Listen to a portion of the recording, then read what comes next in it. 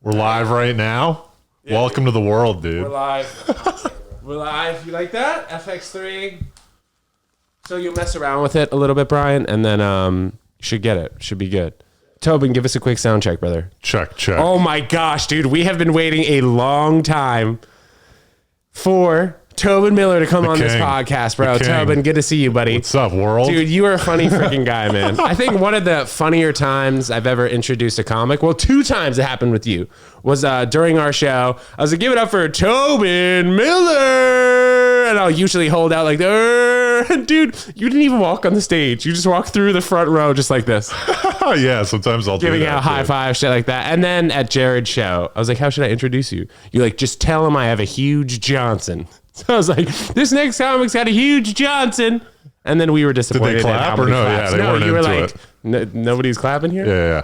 I like starting off sometimes super weird when I do stand up, right? Yeah, Because it gets them out, it gets me out of my head, and it gets the audience out of their head. Totally. Well, Tobin Miller, Baby Shower Comedy is your brand, brother. So we're here, and we're going to be talking for a little bit. Tell me about yourself, Ted. Yeah, absolutely. Well, you and I know a lot about each other, I think, now, just from being boys in comedy, man. Of course, dude. But you're from Hartford. Hartford, Connecticut, the heartbeat. And I went to UConn. Did you? You didn't know this? No, you went to UConn? We don't know shit about each other. Yeah, dude. How old are you, if you mind me asking? 31 and change. 31. Have I already asked you if you know some people that I know? From UConn? Yeah. Well, Jack Hayes, Nick Calitri. No. All right. Jack Hayes is a great name, though. Jack Hayes. He just got engaged. Mazel tov. Listen to this, dude. He got engaged. I saw some Instagram stories of him. Apparently, he got engaged at this restaurant. And he invited all of these family and friends to do a surprise post engagement. So he did it in the mountains and then went to the restaurant after. I think it was in the restaurant, but there was a back room where everyone was. A surprise. Oh wow! And I was thinking to myself, what if she said no? What if she said no? That's better than doing it at a baseball game and her saying, yeah, true. But can you imagine all right, we're gonna still party? She said no, but well, maybe he would have left. Do you think he would have committed? I don't know. It? Well, that's all I'm saying. It's just we got to hit him up. Just and the ask him, sheer. What if she said no? Dude, sheer panic. Where if she said no, to go face all your family and friends and be like, "Have you been close to getting married or whatever?" I know you've seen women here and there. I've had one girlfriend in my life. I've only had one girlfriend. 2 years. As I was walking over here today, I was thinking about it. At this point, she is the love of my life. Even though we're not... Is this the woman that you told me about? I don't know, maybe. I've only had one girlfriend. No. It's not your girlfriend, though. This is a woman who, you've known is a little bit older. Oh, no. It's not. Okay. Okay, so wait, it was a high school girlfriend, though? No, we broke up a year ago. Oh, shit. How long were you dating? 2 years. Bro, But think about that. That's the longest I've ever been. So if I, died tomorrow, she is considered... the love of my life. So she gets all your property, theoretically. Yeah. The brand. But no, I'm free agent. Also, dude, I'm entering the tunnel. So as of Jan 1, and you got to tell the folks at home about the tunnel, but as of Jan 1, off all the dating apps, I've turned down girls' texts. I'm not fully in yet, but God damn it, Tobin! You've been telling me you're not fully in the tunnel for months, bro. Because the tunnel, get you in. You gotta tell the peeps at home what the tunnel is. So myself and I'd say the way that I've been communicating with females over the last 3 years, it's been different than I had previously. Right. I started doing this podcast, the vlog, the comedy shows at a little bit of a later time in life. 2020, the end of 2020 is when we really got serious about the vlog, the podcast, dropped my job. And I was like, I started this pretty late, this whole comedy game. Yeah. So I think we need to tunnel in and focus on what we want to do. We want to be successful here. We want to be happy waking up every morning, man. And there have been situations when I've been in relationships, and Tobin, I haven't been so happy, my guy. Of course not. And the dates that I would go on are just it's just seemingly like a waste of time. So now it takes a lot, I'd say, for me to go from matching with a girl on an app to messaging them consistently to actually going out on a date and then linking for a second time, which hasn't happened in. Are you still on the dating apps though? Yeah, I'm still on it. But bro, it's mostly promo. You want me to show you? I showed you Sam put the world Sandoz. on there? Yeah, I put the world on. I'll actually, oh my God, yes. Is your name the world on it? Oh, dude. And also we couldn't do the Raya one, like screen share, because like it wouldn't let, but I can do it here. Okay. Ready? Yeah. Come here. Brian, you want to come in here and see this? Okay. I want to make sure that we have the, hold on.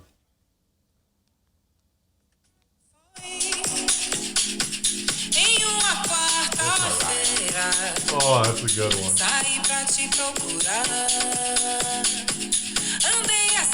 You still got that, dude? Yeah, you still got that? Not so much, not so much, but I'm almost there. The hot dog eating contest. Okay, and Dude, then I'll that show you. sixer that you got in there, man. You still got that or dude, no? I got a little bit of a sixer action, but that was like I was starving, dying. This was during the pandemic, dude. I broke my jaw, couldn't really eat meat, and went on a huge fruit health chickpea type beans kick, and it was a joke, dude. I was running, I swear to God, 30 miles a week, working out 6 days a week. Broken jaw, just fucking. Yeah, dude. So I got super shredded. And I'll show you. That's a good rye, man. Huh? I've been trying to get on rye for no joke. You can ask to that's what everyone get a says. referral. That's No, what but everyone I'll says. accept. I've gotten I won't dude, deny I've gotten 10 referrals. I shit you not. Really? I've gotten 10 referrals. Dude, it's way harder for guys. Sorry, ladies. It's just way harder for guys. Okay, so and then this is come over here, right? And then this is my Hinge profile. So I'm like that. Let's break the ice. Sup, yeast, sup. I'm a regular at Ted Jones Comedy Show. DM me, Ted Jones World 3162. Grrr, Ted Jones World, Ted Jones. Blah, blah, blah. Life. Ted Jones sticking my finger in my boy's butt. Yeah. So it's just mostly.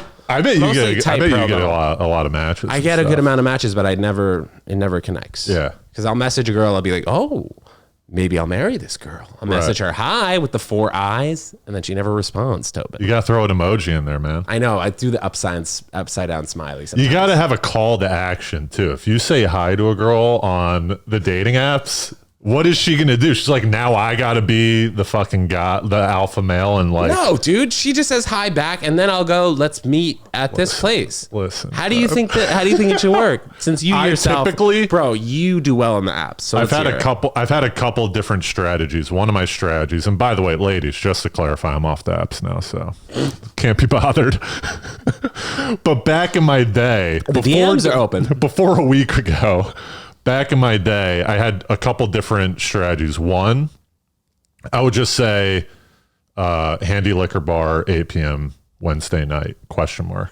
Just because, like, what are we really doing? You know what I mean? I've done something like that. And sometimes that just kicks out the losers that just want to talk. You know what I mean? It's like the people that actually want to go on dates. The other one, if you think that she's going to need a little more finessing, you know, I used to do Gosling or DiCaprio ? And no matter what she said, I would go, have you seen Place Beyond the Pines? No matter what she said, I said, now I know what we're doing on our second date. And then typically what they goes, what are we going to do on our first date? Boom, handy liquor bar, 8 p.m., whatever.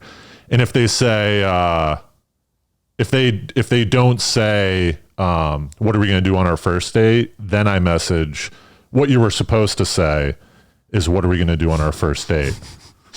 And then I tell them that those are my 2 strategies. But this is all out the window. We're in the freaking tunnel, man. Here's the thing, though. I'm not fully in the tunnel because I still get tempted. I think when you're fully in the tunnel, you don't even get tempted. A girl messages you and you're not even thinking about it. That's full tunnel. I'm on the cup. I'm about to enter, but there's a part of me that's like going to veer off. 1 foot in, 1 foot out. Yeah, 1 foot in, 1 foot out. I think it's important for all people who are pursuing their passion at one point in their life to enter the tunnel. Yeah. Whether that's 6 months, whether that's 9 months, it's got to be at least 6 though, bro. Yeah. You get up, a bad breakup, hit the gym 4 to 5 days a week, man. Yeah. Get in that physical tunnel, man, where you just see yourself and your dreams come closer as you. Yeah. I started going to the gym on Jan 1 too. I got a personal trainer. Andrew. Oh, personal trainer, bro. Just because I've never been taught proper form. Sure. So I don't want to get like fucked up and like all of a sudden Understood. I have like a weird. Bro, I would also love to give you easy things that you could do for specific body parts. Like every time I go to the gym, I go for a specific body part, whether it's the shoulders, back, abs, come on, chest, or legs. Do you know ass do stuff? Abs straight. My physical therapist told me I do legs. My ass sucks. I mean, you just do squats, bro. Body weight squats. Yeah. That's what I've been doing with Andrew. That's what I did today. Oh, Andrew's your boy? Yeah. What is this, an Equinox situation or like Temple Fitness? Temple. I called it. How did you know Temple? What's wrong with Temple? Well, nothing's bad with it. It's just it's like the kinda lower tier. No, but it's the Lower East Side. Bro, I go to Blink, man. That's Yeah, yeah. I probably pay less than you. Well, now, obviously, because you're seeing Andrew, how did he get you to... He finessed me, dude. What happened? Wow. They give you a free personal training session. And then he's like, I could really give you your 4-pack. Dude, he goes, I'll give you, do you want to get a routine going? And I'm like, yeah, I want to get a routine going. It's like, well, I could do some and in my head, when he said I could get a routine going, I thought he was just going to send me some workouts, But he's, yeah, right. You know what I mean? Yeah. And then he goes, that's like what I would love to do that for you. And then he goes, well, we could do some personal training sessions. And I was like, how much is it? 60 an hour? I think it might be like close to 100. I kind of forget. But listen, dude. How many did you buy? Dude. Yeah, I'm liquid. You're true. You're a rich guy. How many sessions did you buy? I got 4. So I'm doing 2 weeks with him for 2 weeks. But I said, no, I don't want it. And they pregnant paused me. He just looked at me after I said no for like 10 seconds and I caved. What does pregnant pause mean? A pregnant pause is when you don't say anything. So it makes the other person's uncomfortable with the silence. So they end up talking more than they wanted to originally. Isn't that the sign of a liar too? Maybe, I don't know. Like if somebody tells a lie, you just look at them. Yeah. So he pregnant paused me and then I caved. I was like, all right, I'll do 4 training sessions. I wonder if they learned that. Well, that's good, dude, that you're going to get in the gym. I think it'll improve your mental state if you're not in a good mental state now. I'm not accusing you of being in a bad mental state. No, I have the greatest mental state of all time. But I'm going in at 6 a.m. because I'm scared of looking like a personal trainer loser. Good for you, bro. There was a time when I was on that 5 a.m. gym grind, dude. Yeah. Dude, those people in there. Bro. Yeah, dude. Ripped. Those are the guys you wanna follow after. It's a nuts thing to work out that early. Yeah. So you'll be good in there, man. I'm happy for you, dude. So let's talk about baby shower, man. And when you moved to the city, let's talk about your college life. We don't know much. Tell us, please. What do you want me to start with? I think whatever you deem interesting. So Baby Shower is the comedy show that I do. It's also a podcast. It's also trying to do like sketches and shit like that. But where that name comes from, I went to Santa Clara University, and me and my buddy, California, dude. Me and my buddy, not UC Santa Clara. No, Santa Clara University, Jesuit. Okay. We had a band in college called Baby Shower, and that's where the name comes from. So we ended up breaking up the band. It was just me and another dude. We sucked. We were the worst. What'd you play? I played bass guitar and I sang one song. Slapping the bass. Slapped bass. Dude, people say sometimes that, just side note, people say sometimes that I look like Paul Rudd. Do I? I could kind of see that. If they say it, that means yes. You know what I mean? Well, I don't know how many theys, dude. People give me some like John Tucker and shit. Bro, listen what I got after a show. Some girl comes up to me. She goes, I don't want you to take this the wrong way. And immediately I was like, I don't know if I want to hear this. But she goes, you look like the burglar from Home Alone.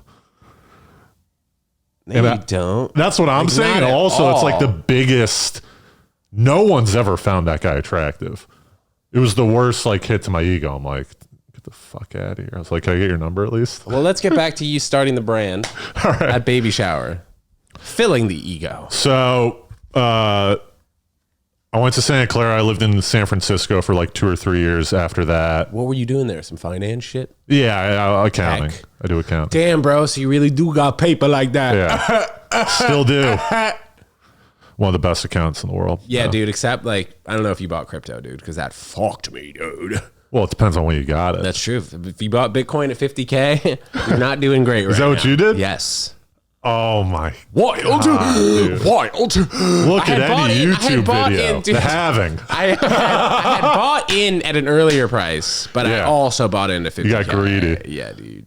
I don't think I got greedy though, because everyone was like, "It's going to the." Did everyone get greedy? Maybe. But the thing is, hopefully, this year cannot go any worse than last year. Are you holding though? Did you hold, or did you sell your 50K Bitcoin? No, I'm holding. Hodler. I'm a hodler. Go ahead. Sorry. Working in tech, all finance. good. Accounting, and then I did like a couple open mics over the course of like a year. Nah, I'm not a CPA. I do a weird type of accounting where I like help company. You know, companies like don't pay taxes by putting money in like other countries. As they shouldn't. Yes, it's all legal. That's what I do. I help like companies, like big companies, avoid taxes by putting their money in like Switzerland, Singapore, like. Yeah. Oh, okay. So I'm not an accountant. I don't know debits and credits and all that stuff. It's more economics. Okay. So before the open mic started in San Francisco, you're making a lot of cash? Not really, because I just started. You know what I mean? Like even those places, you don't make that much money.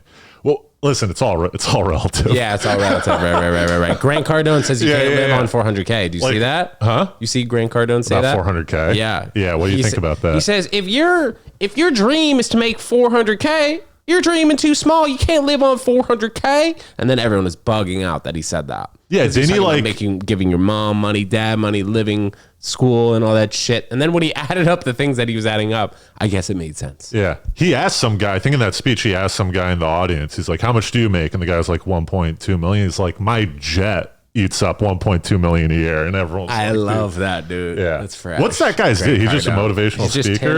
10x. God, yeah, we man, should pivot, I love dude, and do that stuff. Tunnel world, and we just do motivational. I used to be in real estate. Do you know that? Yeah. Dude, I worked at my dad's company for 6.5 years, bro, working in real estate. I was like, all right, when is it my company? Were you good at it? I got good at it. Yeah. Because I had no other choice, but like, it wasn't really. Were you doing this type of stuff, do. like this type of apartment, or were you doing like high, like No, big? yeah, exactly. This type of walk-ups in the city, Jersey City. I go to people's apartments, make sure things are working correctly, rent's paid, hallways are so clean. you weren't like selling, you weren't like a... No. I was a property manager. Oh, all right. That's chill. So there was kind of like a cap on what I could make, obviously, throughout the day. If you're a rental broker, you can make hundreds of thousands of dollars renting apartments, millions even. Yeah. But there's a cap when you are working, Yeah. as a salary man. You're not getting the commish. No. If there had maybe been commish or room for me to grow, like a Ryan Serhant type, dude, you know him? No. Dude, how do you not know these Serhant? people? He's a broker, big time broker. If there was room for me to grow and shit, then That's like me referencing like a great accountant. yeah, do it. I'm like, Steve Schmorgas. Steve Schmorgas. Yeah, Steve Schmorgas is the best at numbers. He's one of Santa the best Clara accountants. University from Hartford is pretty Hartford, random. Connecticut, yeah. So let's talk about that. I did please. boarding school. I went to Westminster for boarding school. Yo, you fancy ass dude. Yeah. All And I was a right. day student. You know about boarding school and stuff like that? Tell us. So like 90% of the kids are boarders and they stay there the whole time. They sleep over, and then 10% at Westminster are day students. Yeah. So you come in, you do the fucking school. Was that all boys? No, it was girls too. I was gonna say, was there a freaking Some earthquake upstairs? ladies. Did you hear that? No. Oh, my bad. I broke the fourth wall. I'm in the tunnel. I'm in the the tunnel, fourth dude. roof. So I was gonna say, like, I thought if a lot of gay shit happened. I'm sure. Not that I was aware of. Right. I was. That's the thing. I left. So when you're a day student, you leave after class and sports, and then everyone else is still there. So they like bond and stuff like that. So Yeah. the day students were losers. I was dude. thinking that, like, wouldn't you get FOMO? I was the captain of the basketball team senior year. I was still a loser. What position Still. did you play? I was shooting guard. Shooting guard? Yeah, I was like a Why three- didn't you I was go like to a the three league? guard. I was skinny, dude. I didn't have enough weight. Because I'm thinking 6'6" guard. You're like legit Larry Bird. I was getting you remind me of Larry Bird. dude. I had a better 3-point percentage than my free throw percentage. I was like 50% from three. And it was just a disconnect at the line. And I'm not like fat. Yeah, I got my three-point line. head once he was at the free throw. Everyone's looking at me and stuff. chicks too. But I was getting recruited by some schools. Really? What schools? You know Kenyon? Yes, dude. They like wanted me for tennis. They want too. everyone, dude. Yeah, It's where so the fuck funny. is that? Rhode Island? No, Where Ohio. is it? Oh, yeah, it's in the middle of Kenyon. Ohio. It's a sick academic school, though. Yeah. So, do you think about it, or was it like too expensive potentially? No, I wasn't Maybe like like 70K. I had the way I thought about my three schools I was thinking about going were Santa Clara, University of Miami. I wanted to go there too, Yeah. but I had Sick. no chance to play on the tennis team until at least my second or third year. So Yeah. I was like, I don't want to go here. I also was like, do I want to be like a clubbing guy or no? Like I'm not Miami. I'm fucking pale, skinny. What year did you graduate Santa Clara? 14? 14, yeah. Yeah, okay, so that's when I graduated UConn. Yeah. You should have went to UConn, bro. We would have been freaking boys. You weren't down dude. for the basketball team situation? You didn't like the I couldn't have made. No, I know, but you UConn. didn't like the idea of having a sick basketball team and potentially walking on? Here's what you remember College Prowler? Was that a website? In college, yeah. No, it rated every aspect of every college based on like peer review. It was like Yelp of college, and they had F through A, grading every single aspect: academics, nightlife, bar scene, girls, guys. So I tried to go A weather.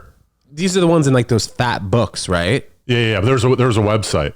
Oh, okay. So I wanted to go A weather. I wanted to go pretty good nightlife, and I also wanted the biggest disconnect between girls and guys. I wanted a place that had like A girls and like B- guys, so that I could like be cool. You know what I mean? You weren't even looking at percentages wise, like 70% female, 30% male. No, dude, no. I wanted hot chicks, loser guys, and that's what Santa Clara had a good divergence. Do you have a good time out there? Yeah, it was the best. Do you ever think about moving to San Francisco, like staying when you were actually out there?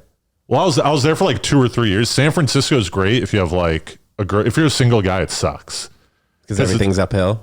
Well, the ratio sucks there. You go out, it's like 30% girls, 70%. Because it's all tech. It's a bunch of tech nerds. You know what I mean? Yeah. I liked comedy, and I did like maybe 4 open mics over the course of a year. And I was like listening to podcasts, or like, you gotta be in New York or LA. And I'm from the East Coast, so I was like, let me move to New York. Did stand up like every day since I moved here. And then like 6 months into comedy, I wasn't getting booked on any shows. And in my head, I was like, I'm nice. You know what I mean? I should be getting, when that's not the reality. I shouldn't have been getting booked. So I just started Baby Shower Comedy to do a show. That's the way to do it, dude. That's the way to do it. Yeah, so I've been doing Baby Shower Comedy for like, I don't know, 5, 6, 7 years or whatever. Pave your own way at the Canary Club. Yeah, at the Canary Club now, yeah. One of the best and worst shows in the city. I've been there a few times. Every time I went, it's great. It's sexy. The people are like hot and sexy, but they don't like to laugh. Right. It's a tough room because it's a bunch of Lower East Side hot people. It's also, I feel like it's also not dark enough in there, maybe for people to be laughing at anything they want to laugh at. That's what sometimes people. And everyone's in a circle kind of too at Canary Club. So everyone's kind of looking at each other, right? Yeah. Everyone should just be, but whatever. It's a good room to work out stuff. For sure, brother. High school experience. Going to high school in Hartford. Did you spend time in New York City? I feel like people who are listening to this on audio think I actually just read that off a piece of paper. But no, that's off the top of my head. I don't think. I may have went like a couple times. Peter Pan bus. Nah, I think we like drove in, or like we would drive to the train and train in maybe. But not much. Hartford's kind of far. It's not like Southern Connecticut. So what kind of stuff did you do in Hartford though? Like go to the mall and shit? Dude. I like played sports and smoked weed and like did house parties. Yeah, I smoked a lot, like too much weed in high school. Where I think like I even wonder, I was like, if I didn't smoke that much weed, I'd be so much smarter, dude. Oh, you think it stunted your brain? I think it stunted my brain. Didn't stunt your growth, though. No. Because I was just like lied there and grew. My dad would always say that to me. Teddy, don't smoke. It stunts your growth. And now he just goes, Teddy, can I have a hit? Every time I'm smoking weed, dude. Yeah. Teddy! Were you smoking a lot in high school? Yeah, smoking a good amount. I was drinking a lot too. But now I just mostly stick to the smoking of the weed. Yeah, you don't drink that much? Not really. How many dates once are you going on now? 6 weeks. Dude, last time I went on a date in New York,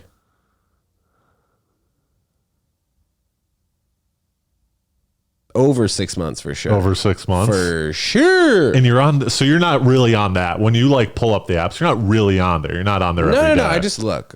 I am on there every day though. Really? To be honest, I had to put a time limit. I had to put a time limit, yeah. I had to put 2 time limits, 30 minutes. Dude, I was on the dating in my prime. I was on dating apps for like 3-4 hours a day. It was brutal. It was sucked. Just hammering messages or like trying to get matches? Dude, I had this whole system on Hinge where you could get the hottest girls, and it took a little time. You're like the Tate of Hinge, dude. Dude, here's what you have to do for all the guys out there. Ladies, you could do this for guys too, but you know the standouts? Have I told you about this? I think I have the same sweatshirt as you, Brian. Yeah, in maroon. Champion. What were you saying? If you know the standouts on Hinge? Yeah. Those are the only times you can find girls that I think are attractive. Right. You know how you can only give them a rose, you can't find them. Yes. So what you do, and if you give a rose, it's a loser move, right? Because it shows too much interest. So what you have to do, here's what you do. Narrow your search criteria to something extremely small. You do like whatever your height, 5'9" to 5'10", 1 mile radius, 26 to 27. And then they give you all the losers up top, right? And you just fucking get rid of them as quick as you can. You get rid of them as quick as you can. And then after you get rid of all the losers, all they can give you now is the standouts of that category because there's no more left. So interesting. And then you can give them regular likes. And now the girls are like, I get roses from all these guys. How did this guy just give me a regular? He must be like cool if he gave me a regular like. Wow. Good thought. Okay. Yeah. And that's how you'd spend so much time on it. Yes. You just keep changing your brackets. Yes. And then once and then it goes, you might need to widen your criteria, Tobin. It goes like you're out of potential people. Like I swiped through all the people in that category and then you widen it like 1 year, 1 mile or 1 inch. And then you do it again. Boom, boom. Get rid of all the losers, standouts. So you think 26, 27 is your bracket kind of? That's where you want to be? I was on it so much. I ended up getting up to like 24 to 30, 3 mile radius, like 5'10" to 6'2". I swiped on them all. 5'10" is pretty tall, but I guess you're a tall guy. Yeah. Yeah, that's the other thing. If you're tall, like if you're 6'7", 6'8", you end up getting, which is what you are. Yeah, not that I like taller girls more. It's just I can get a hotter, cooler girl that's taller because she has no option but to go out with like me. Are people ever super annoying about your height? I mean, I'm sure, but like anything stand out in terms of annoying? Speaking of standouts, people like ask about like they're like, how tall are you? And I'll tell them, and they have like it just ends the conversation because they have nothing to follow up on. That's kind of annoying. But other than that, it's all the pros far outweigh the cons. Ooh, what are some pros? Pros, people I guess think that it's like good. So I feel like people treat you better, right?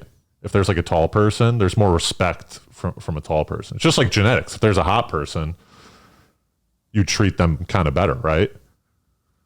If you're rich, they treat you better. So if you're tall, anything that like stands out, people like treat you. Well, where do you think is too tall is too tall?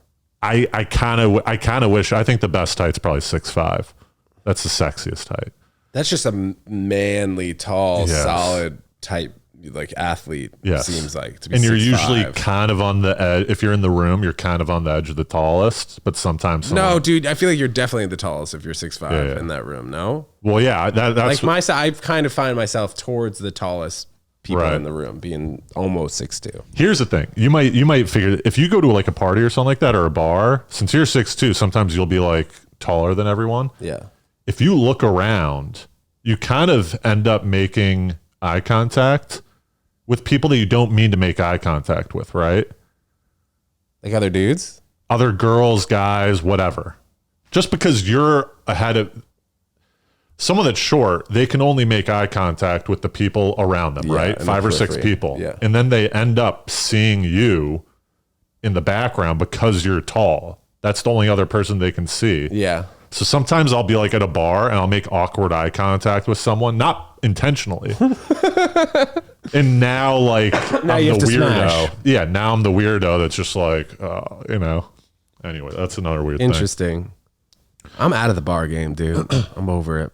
My buddy just hit me up this afternoon. He's like, we're at 310 Bowery. Come through. And I'm like, I don't day drink anymore. Yeah, one of my buddies wanted to go to Vig Bar. Is that what's called? Vig Bar? Yeah. Bowery, dude. I used to do a lot of that shit, brunch and the day drinking. It would ruin my Saturday. I mean, naturally, because I'd have many drinks during the day. But then I'd usually have like a good day the next day. There was a time when I really never got hungover. Up until I turned probably 28. Then the 48-hour hangovers started actually. Would you do like the brunch day drink, take a nap, and then rally for the night? Yes. Yeah. I was a club promoter for a few years, man. Yeah. So I was out like 6 nights a week, bro. Tables, bottles, 12 chicks. Yeah. And that was my job. Let me ask you this. So when you're a club promoter, you're around a lot of like really hot girls, right? A lot of models that you know. Yeah. Would they be interested in you, or did they kind of not think that you were that? Like, did they like the club promoter thing about you or not? I think so, because I met a lot more females through saying that that's what I did. Yeah. And networking as that person. Granted, I would have girls who were attracted to me, bro, and and I thought they were hot too. But I think for the most part, it wasn't like all 12 chicks were trying to bang me. Right. Maybe they would. But I don't think that was their goal for the night. Their goal was like to get free drinks and like hang out at this trendy spot. And then maybe the rich Turkish guy who has a table next to us marries them or something like that. I think that was kind of like, I got what I wanted out of it because I got a free table, bottles. I bring any one of my boys and I get paid $20 per girl that I brought. Right. So it was a win-win, but bro, it was like 12 to 3:30 every single night, 6 nights a week. Not every single night, but yeah, 6 nights a week. And what, you'd sleep until like 2 and stuff like that? Yeah. Let me ask you this. So you saw that. What were these girls looking for? Like, those types of girls that like models, do they go just for free drinks and to hang out with their friends, or are they going out to like meet people? It's the scene. It's a status thing. Like, Yeah. oh, I'm at this promoter table drinking for free. I got in for free. I didn't have to wait online for free. Yeah. And now I'm passing all these girls who are waiting online. I'm walking in. Oh, that girl doesn't have a table or bottles. I'm getting attention from this. It's a status thing. As guys, you know, when they get in the club too, guys will spend $2,500 on the table for one night with 3 of their boys because they work in finance. It's nuts, like, dude, that's a lot Yeah. of money to spend on one night. So it's like, it's that status thing. Were you ever at the box? Were you ever promoting at the box? Never was Do you know about the promoting box? at the box. Of course, midgets peeing on each other, little people. Insane. You want to talk about the box a little bit? Huh? Your experience there? Yeah, I went to like a concert in Brooklyn, and then my buddy told me, he's like, "Oh, you want to go to the box, right?" And I've only heard about the box. My buddy's like, "It's the hardest door in the city. It's one of the hardest, right?" Yeah. So I was like, "Yeah, sure, let's go to the box." So we meet up with this guy who I guess used to work at the box. It was his birthday, and he's all New Yorked out. You know, he's got like all leather. Black. He's got a top hat. Chains. He's got rings on all of his finger, like full New Yorked out. I'm like, this is crazy. So he's got like a bunch of people. So we go to the box. We walk in, and there's like, it's kind of like a club, right? It kind of looks like a theater, like a mini theater in a way. There's a couple levels, and you go in, you're partying. Everyone's like having fun. Bunch of hot chicks. Dancers, like burlesque dancers. Then all of a sudden, like they stop the music and some guy comes on. He's like, "All right, ready for the show." So you sit down, and there's just insanity. There was like midgets peeing on people. Like there's like each other on burlesque stage. I didn't see the fucking, but the craziest thing that happened, this person went up on stage dressed as Anna Wintour, and there's a toilet on stage, and the person gargoyles it, right? So like stands on the toilet seat, ass to us, and starts shitting in the toilet on stage, and then grabs a Vogue magazine and starts ripping pages out and wiping their ass on stage. And then listen to this, grabs after wipes the ass with the thing, it puts the Vogue paper like in between its ass cheeks, grabs a plunger, and with the nub side, the wooden side, shoves the paper up its ass. It was insanity.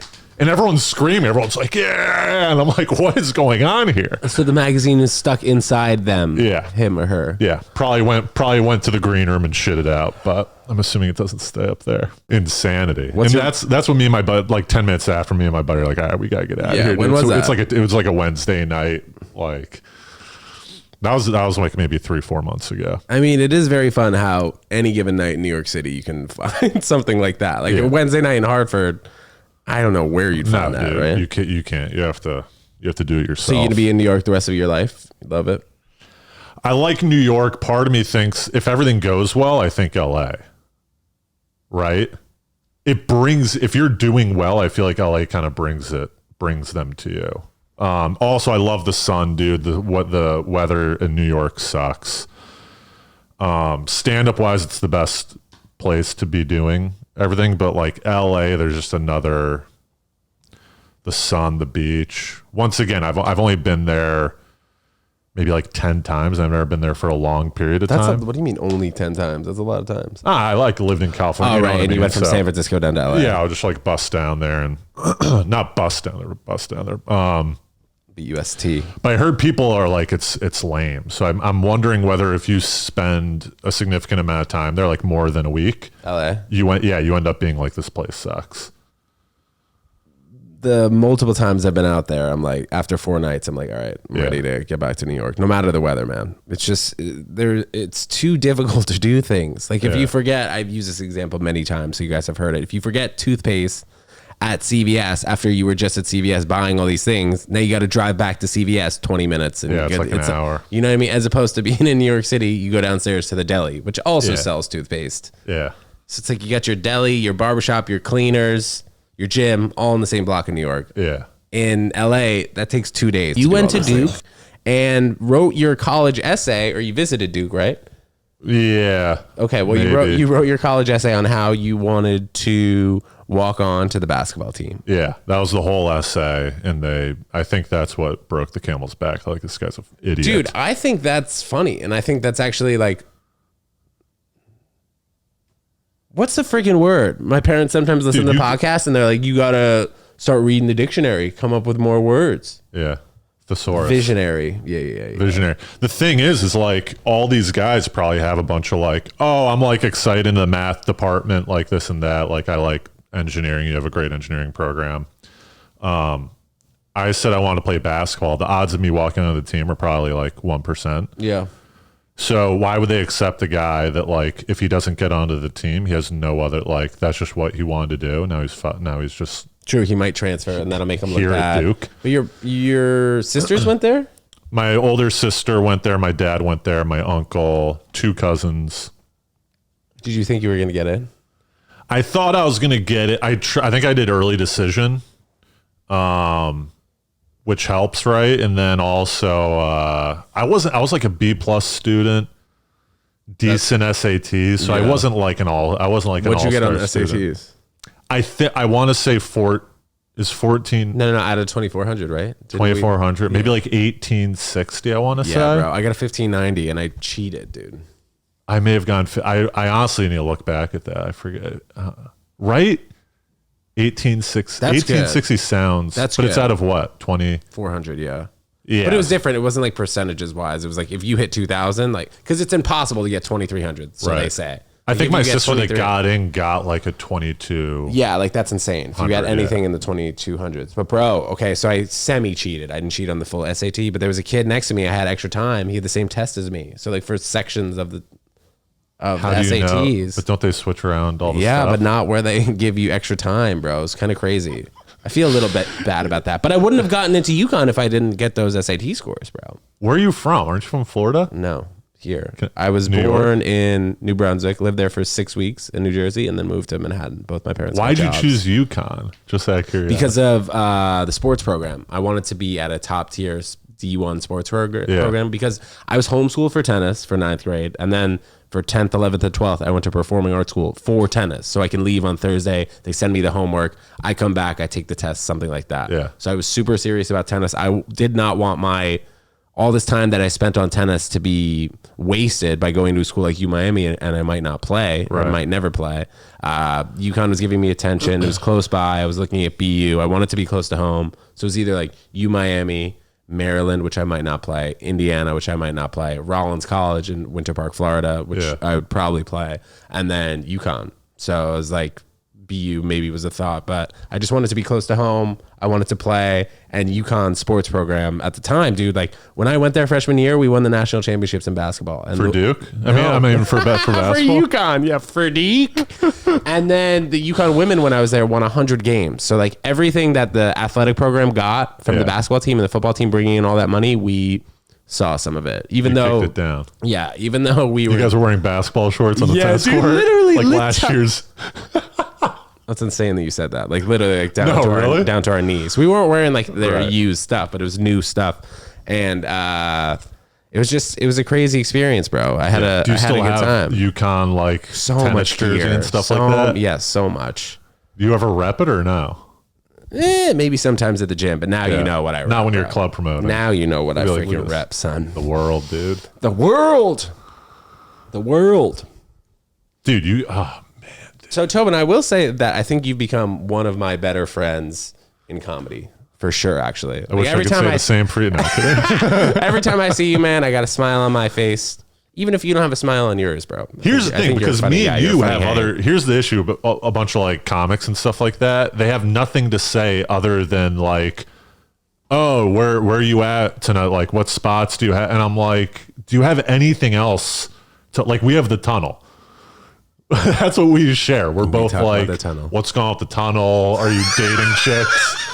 How's your tunnel? Yeah, how's your tunnel? My tunnel's like all right now. I don't know if I'm fully in. Nice and tight tunnel. Like when we see each other, we have other stuff to talk about other than just like, oh, how's you got any spots tonight? Spots you going up? How they doing in there? I always hate that. I'm like, what the fuck do you care? That's an empty question. Have you ever had a really bad experience at one of your shows with a comic, an audience member, or the comic being a dick to you? Since you've run the show for so long, have you had any serious issues with the venue or the comic or stuff that you could talk about?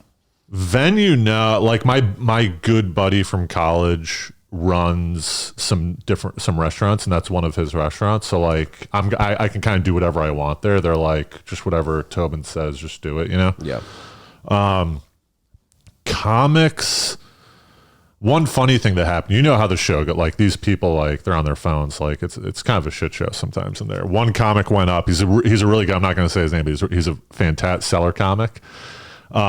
He went up, he was first, and 30 seconds in, he goes, I'm not doing this. Fuck this. Come get me, Tobin. So I had to bust through and he just walked off stage. And I looked, everyone was like ordering drinks. Everyone was on their phone. The next wait. Can we edit? I'll edit this part out. Who was it? Who? I'm not gonna go. Who? You just basically, you handle it like how you got to handle your comedy, bro. Just you're loosey goosey. You don't give a fuck what happens. I'm not in it to produce a comedy show. You know, the only reason I'm doing that is to become a better comedian. So when stuff like that happens, I don't really give a shit. I go up to the comic like, guys, sorry, they were weird, man. So, you know, sorry to have, you know, and then the audience, I just kind of messed around with them. I'm like, you guys are really, you know, I just like kind of messed with them a little bit and then brought up the next comic. But the way I run my comedy show, I want to think about as little as possible because it takes away from the other things I should be doing, writing jokes, doing like actually my work, you know, like all that stuff like that, ladies back in the day, like it just takes away time. So when the way I run my show, maybe like once a month, I sit down and I book all the comics for a month. I just blast out a bunch of things and then I forget about it. Sometimes people show up to the show and they're like, yeah, I'm like on, and I like forget. I'm like, oh, all right. Do your parents ever go to your shows? Nah, I've had everyone except one of my sisters, and my dad has seen me do stand up. But they're supportive though? Yeah, they're all, yeah. I gave my dad for Christmas a baby shower comedy sweatshirt, and I guess he wears it all the time. What's been your favorite part about being in New York these last 6 or 7 years? Well, it's like the best. It's the best city, right? You're never bored. Such a cliche. I mean, it's the best city you get, right? You're never bored. You could always do something. You go find people shoving newspaper up their ass. The girls, right? This is gonna sound really bad, but the girls are the best they're the best and worst girls in the world, right? They're the most attractive, but they're also kind of like, and the guys are the same way. It's the best and worst guys in the world is New York. We're dicks. We can't be, no one in it's hard to impress people in New York because it's just lights. There's too many hot people. You can do things every day of the week. It's the best. So like we all end up becoming assholes. That's why you become an asshole in New York. You're overstimulated. Hey, I'm walking here. Yeah. Let's talk about your documentary, please. Oh, my doc. Yeah. Please, bro. I took a 6-month leave of absence from my day job because I was just burnt out. And I did I did like a 45-day road trip across the country. So dope. You organized that all yourself too? Yeah. That's great, man. So I just reached out to comedy shows in the cities that I was going to stop in, like San Diego, Austin, LA, all that stuff, Chattanooga. And I just did comedy on the way. And then I camped out in like national parks. But yeah, I just brought a camera. I was like, I need to at least document this. So I just like would film weird things. I didn't really have a plan on what it was going to be. And then after the road trip, I just sat down, watched all of it, and I was like, how could I put this together to make it somewhat coherent? You know what I mean? And it's the best and worst documentary you'll ever. Like a man from New York. Yes, like himself. It's the best and worst. But I did everything. I did all the editing. I bought a synthesizer. So I could make, it's like, it's a keyboard, but it's like, you can modify the waves. The sound waves? Yeah, the sound waves. So like a keyboard, it has 100 presets. Yeah. The synthesizer, you make those presets. You can like just turn the dial a little bit and it goes whoa, whoa, whoa, whoa, whoa, whoa, whoa, like more. And you can, so it's more like, I guess, sophisticated and advanced than a keyboard. You can kind of meld it. So I just got a synthesizer. I would fuck around with it. I made the soundtrack and I would dub over like parts in the documentary. So I did everything. Well, you got to check that out, bro, on your YouTube, on your profile. Baby shower comedy. It's also in your link tree. It's in my link tree. On your I just got my link tree. What do you think about it? Link tree's fresh. I haven't checked out your link tree recently. Yeah. Well, I have seen it that's previously. all. Yeah. You were at a roast battle the other night, Derek Drescher. Oh yeah, which did you is, hear dude, about that's the third time he's been mentioned in a row on this podcast. Yeah, I saw that. I saw pictures of that. How was that roast battle? I hate roast battle. I did 2 when I first started comedy, and I think I lost both. And I hate roasting because you waste a lot of time. You have to write jokes for an hour and a half that you'll only use once, and you can't practice it, so you don't know what's going to happen once you get there. And it's very hard, I'm sure, to just do improv up there at a roast battle. Yeah, you can't. It doesn't work. Yeah, you can't riff. So I decided. Derek went to jail for however many years. I don't know how many years, but so I did. 3. I did 9 jokes about how he sucked cock in jail. Every joke, all 9 jokes. So I was like kind of nervous about that because if they weren't on board, it bombed. So I went there. We go up on stage. We're like first or whatever. And I win the first round. They loved the dick sucking jokes up top. I win the first round. Second round, they stopped being into the dick sucking jokes. They're like, this guy, that's all he's got. You know what I mean? And so Derek won the second round, then went to third round. Oh, right? shit. Went to a third round. And I have, I'm not doing backup shit. You know what I mean? I'm not like writing 20 jokes and going on the floor. So I just had to continue with the dick. Hammer the dick sucking jokes. So I just hammered another 3, and then they loved it because they're like, this guy's not backing down from the dick sucking. So I did 3 additional dick sucking jokes, and the third round I like dominated. It like just crushed. And the one of the judges, who's the guy that I mentioned earlier, he was one of the judges. He was like, there's nothing more than I like at roast battle than relentless dick sucking jokes. Oh, that's pretty. So now do you go? What's the format? You go back like another time and you battle somebody else? No, it was just like it's not a one-off thing. It's just a one-off. Right. But Derek, like, when he hit me up, he's like, "Yo, you want to roast?" And I was like, "Not really."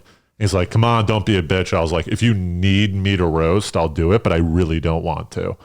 I was like, "I'll do it if you need me to do it, but I really don't want to." He's like, "Come on, it'll be fun." I'm like, "All right, fine, I'll do it." What are you looking forward to most in 2023 now that we're here? 2023, I got some goal. I wrote down some goals. Shower notes or shower? Did you see my shower notes? No. You want to go take a quick peek before we get out of here? Actually, shower notes. We spoke about this yesterday. Brian's getting in there. We spoke about this when JJ was here. As you guys can see right now, I just have fresh notes over in the shower. Sometimes I'd like you guys not to see it, so hopefully Brian won't be too detailed in what he's showing right now. But yeah, bro, got the fresh shower notes. Tobin, are you studying that or what? Is he studying the shower notes? Sorry, I wasn't quick enough. Are those sticky notes? Yeah, those are sticky notes. You got to get some of those for the tunnel. Does it wash off? How does it like? I might even up? actually buy you a pad. Dude, So it stays up with water. Huh? It stays up with water. So you get the pad, it's in there, and the pad just stays wet. You put it on the wall, and it just sticks. It's crazy. You have to buy it. It's crazy. Oh, you need to send me a link, man. Yeah, dude. I will. Okay, I bro. like that. It's very cool. Yeah. 2023. What you got coming up that you're excited for? Tell us. Let us know. Well, just general comedy, all that stuff. I'm trying to get 1,000 subs on my YouTube account. We had 100. We have 100 up till now. I'm trying to 10x that. YouTube Shorts. YouTube Shorts. I'm putting up Baby Shower comedy podcast clips. I'm putting up like stand-up clips, all that stuff. I'm trying to be like no dating apps. I'm going to try to do a full year no dating apps. Wow. Just go out in the wild. So 51 weeks left. Yeah, 50. Well, bro, we would love to have you on within the next 51 weeks and see how you're doing. Sounds like you're trying to get me off, Ted. No, well, I'm ensuring that we get you on the next time. Tobin, thank you so much for coming on the podcast. Thank you for... Have a good spot tonight. Yeah, thank you for what? Thanks for letting me come into the world, dude. Bro, thank you for coming on the world. And as we just freaking are wrapping up, the camera freaking died, guys. I don't know what was the issue with the camera today, but as you guys are listening to this, we're still in the episode. Ted Jones World Stop podcast, guys. Me, dude. Thursday, January 19th, 8 p.m. We have the Ted Jones Comedy Show at the Moxie Hotel, 145 Bowery Street, guys. It's going to be lit. Check the link in this YouTube video. Follow Tobin. Tobin, shout out your Instagram really quick as we pop it up right Tobin Miller here. Comedy on Instagram. Go to my link tree. You can see all the shit there. Truly a great man. Follow him on the gram. He's a funny guy. And I look forward to building and connecting more with you, my man. Likewise. Tobin, thanks so much. Bye, guys. Thanks, Brian.